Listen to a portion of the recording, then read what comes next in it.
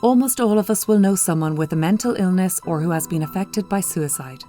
Every year in Ireland, hundreds of thousands of people suffer from mental health problems.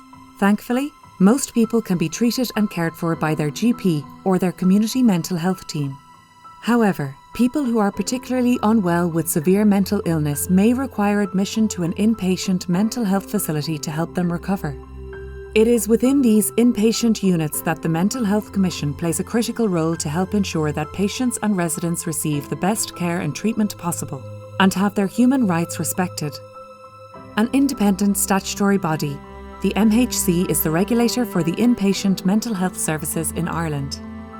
We exist to promote, encourage and foster high standards and good practices in the delivery of mental health services and to protect the interests of patients who are involuntarily admitted.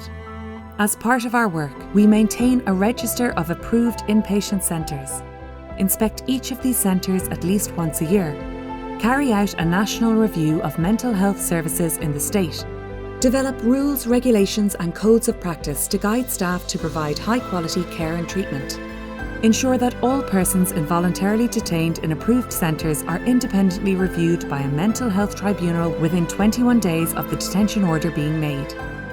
We care deeply about people with mental health conditions, and our vision, mission and values reflect this. To find out more about our work and what we do, please visit www.mhciorl.ie.